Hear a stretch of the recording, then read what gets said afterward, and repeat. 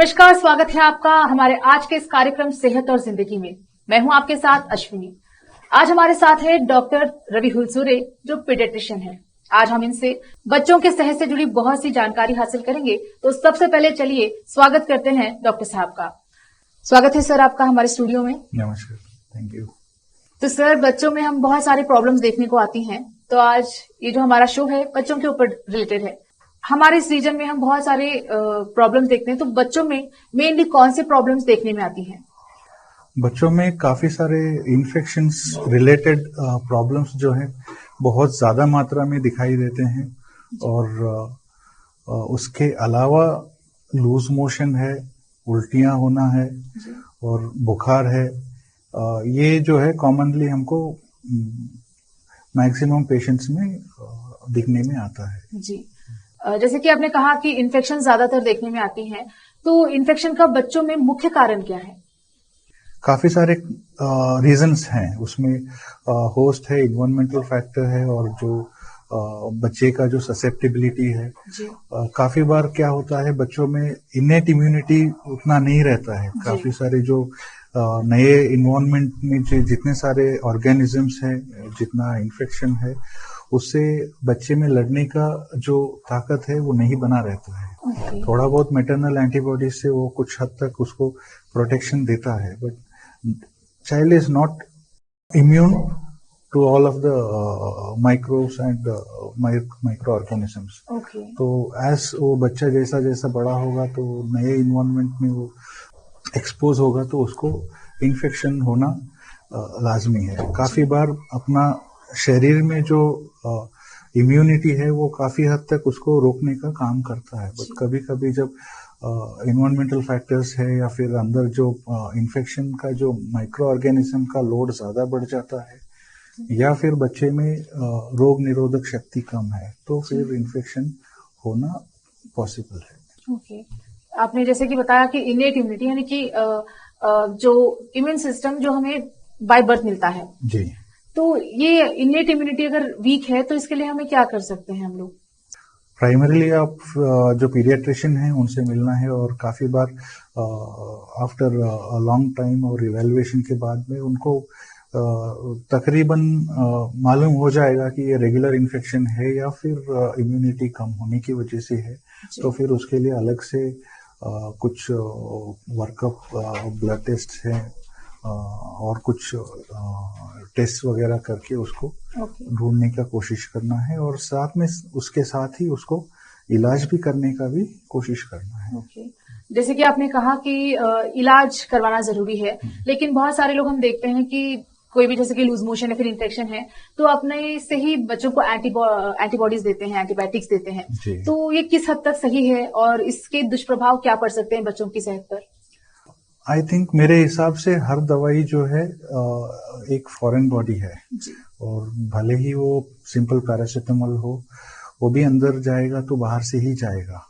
तो जितना हमारा कोशिश है कि खुद से जो मेडिकेट करना है, खुद से दवाई लेना है, उसको हम प्रिवेंट करना चाहिए। और जहां तक बच्चे को प्रॉब्लम है, अस्पताल लेके जाना है, डॉक्टर को दिखाना है, प्रॉपर पीडियाट्रिशियन को दिखाना है, जहां पे अवेलेबिलिटी नहीं है डॉक्टर को दिखाना है और उनसे सलाह लेके मेडिकेट करना, उनसे सलाह लेके जो दवाइयां हैं वो लेना जरूरी है। क्योंकि खुद से दवाई लेने से काफी सारे नुकसान हैं। एक तो एंटीबायोटिक रेजिस्टेंस डेवलप होगा और काफी सारे जो दवाइयां जो काम करने हैं बच्चे में वो काम नहीं करेंगे और जहां पे जरूरत नहीं है खुद से लेने से वो दवाई काम नहीं करेगा। जो इन्फेक्शन के लिए जो दवाई चाहिए वो दवाई देने से ही उसका हल है और अपने मन से जो भी दवाई लेना वो एक सोल्यूशन नहीं है। उसमें अननेसेसरी यूसेज होगा, उसके साइड इफेक्ट्स बॉडी में होंगे और साथ में जो दवाई काम करने का ताकत है उसको भी कम कर देना है। तो इससे काफी सारा नुकसान खुद बच्चे को ही होगा ऑन अ लॉन्ग टर्म। तो सेल्फ मेडिकेट करना है और एंटीबायोटिक मिसयूज करना है, वो हमें एज अ सोसाइटी उसको अवेयर होना है और उसको we should try to avoid it.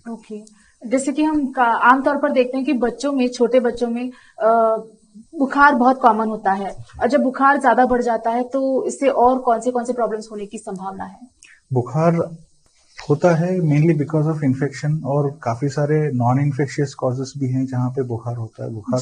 बुखार एक सिम्टम है और बुखार एक डायग्नोसिस नहीं है। बुखार एक बाहर दिखने का एक सिम्टम है, बट उसका रीजन अंदर बहुत सारे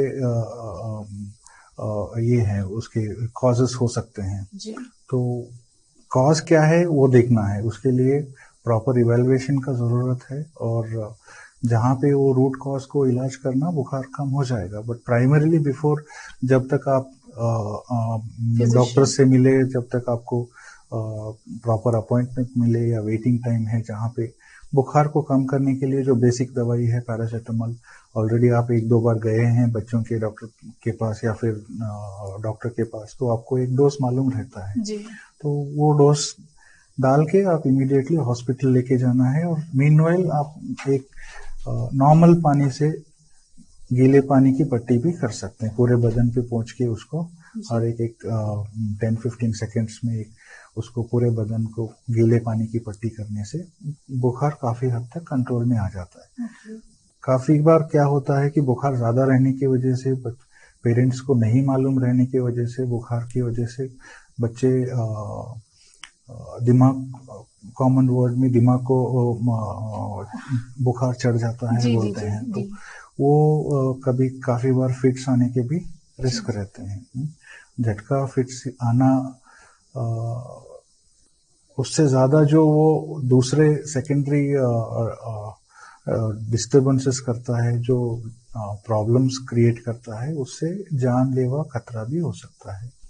तो एट द मोस्ट हमको बुखार जब आता है तो उसको कम करने का, इमीडिएटली जितना जल्दी है कम करने का प्रयास करना चाहिए। ओके। इस पर मुझे एक और सवाल याद आ रहा है, जैसे कि बच्चों में बहुत सारे वैक्सीन दिए जाते हैं, BCG हो गया, तो जब वैक्सीन दिया जाता है तो 2 दिन तक तो बुखार रहता है बच्चों में, तो क्या पेरेंट्स को इस बुखार से घबराने की जरूरत है? नहीं, बुखार एक से 2 दिन हो सकता है बुखार आ जाए वैक्सीन के बाद। उसको बुखार सिंपल पैरासिटामोल बुखार का जो दवाई जो आपके डॉक्टर देते हैं, वो बुखार का 1 या 2 बार उसको जैसे डोजिंग बता के जितना देना है, वो टाइम से आप 1 या 2 डोसेस देने से वो कम हो जाएगा। फिर से उसके लिए अलग से कुछ करने का जरूरत नहीं है।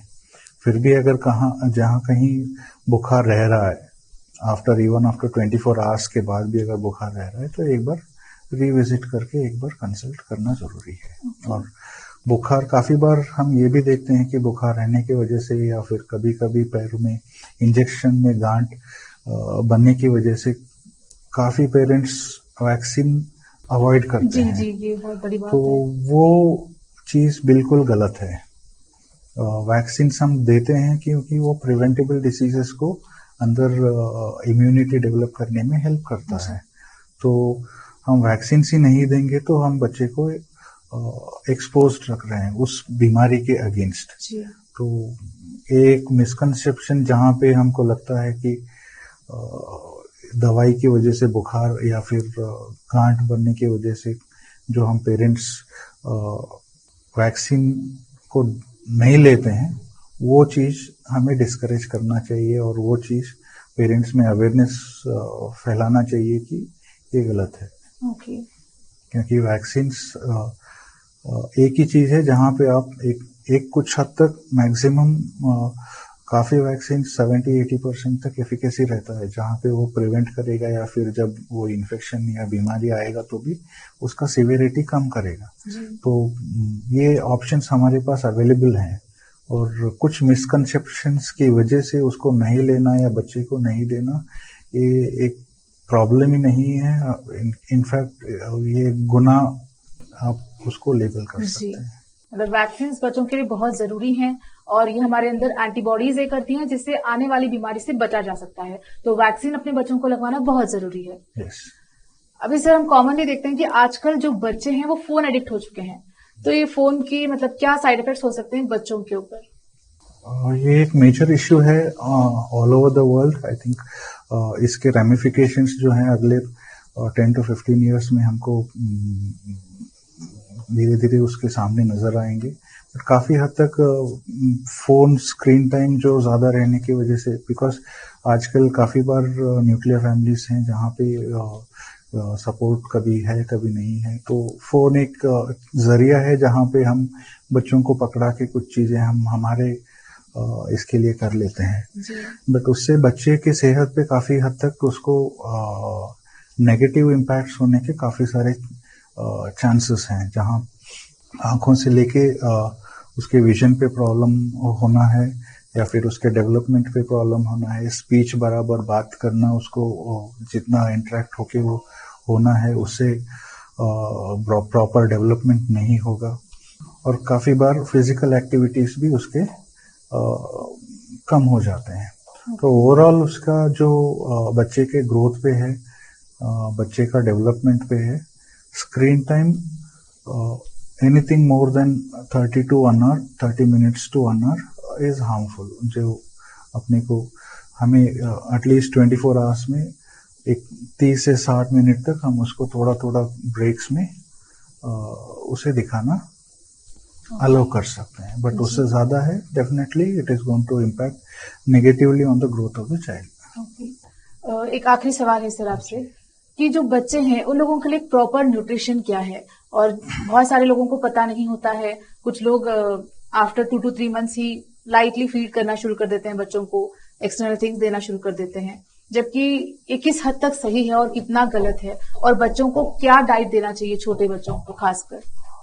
सबसे बेस्ट डाइट रहेगा जो होम फूड है, रीजनल बेस्ड जो डाइट जो फूड रेगुलरली आप घर पे बनाते हैं वो सबसे बेस्ट रहेगा, instead of going in for the artificial जो भी पैक्ड फूड्स हैं या फिर कैंड ड्रिंक्स हैं।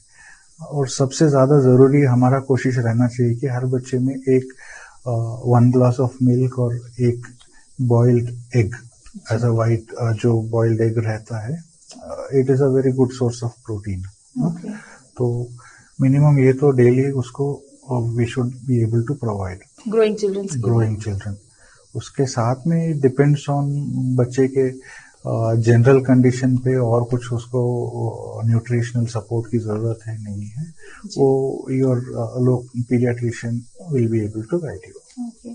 अभी जो खासकर जिन लोगों में मिल्क सिक्रेशन नहीं होता है मदर्स में, तो उन लोग बच्चों को मेडिकेटेड दूध दिया जाता है, फिर सिरलैक्स, ऐसे बहुत सारे आजकल मेडिकेटेड फूड हैं, तो ये किस हद तक बच्चों को देना सही होगा? Mother milk is the best source of food for the child. जहाँ पे इश्यूज हैं, जहाँ पे related mother milk related issues हैं, डेफिनेटली हमको we need to explore other options. तो जहाँ पे पीडियाट्रिशियन है, ही इज द राइट जज to guide you for regarding that. जहाँ जिस हद तक अपने को कोशिश करना है कि माँ का दूध देना, we should try, and it is also more of hormonal related है, जहाँ जितना हम नेगेटिवली उसको सोचते हैं उतना मिल्क सिक्रेशन प्रोडक्शन कम होता है। तो काफी बार वर्किंग विमेन है या फिर आजकल के स्ट्रेसफुल लाइफ में मदर्स काफी बार डिप्रेशन में रहते हैं, तो उससे कहीं ना कहीं बच्चों का जो इनिशियल ग्रोथ है, जो फीडिंग है, न्यूट्रिशन है, उस पर इम्पैक्ट होता है।